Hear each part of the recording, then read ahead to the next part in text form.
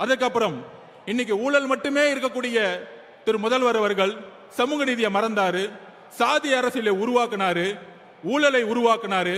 இன்னைக்கு மதுரை மண்ணில் இருக்கக்கூடிய அமைச்சர் மூர்த்தி இருக்கிறாரு, இந்த மாநாட்டிற்கு எத்தனை தடைகளை உருவாக்குனார் தெரியுமா? அத்தனை தடைகளும் உடைச்சு இங்க நின்னுக்க கூட்டம் தான் நம்மளுடைய தமிழக வெற்றி கழகத்துடைய கூட்டம்.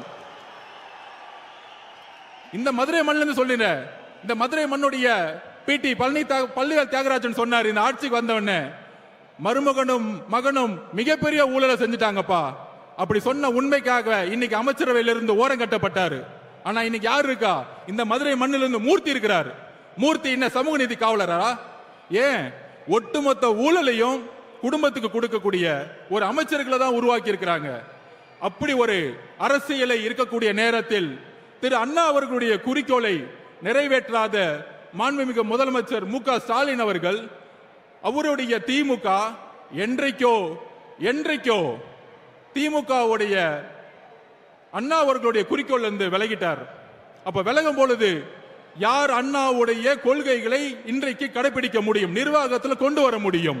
ஒரே தலைவர், எங்களுடைய தலைவர் அவர்கள் தான்.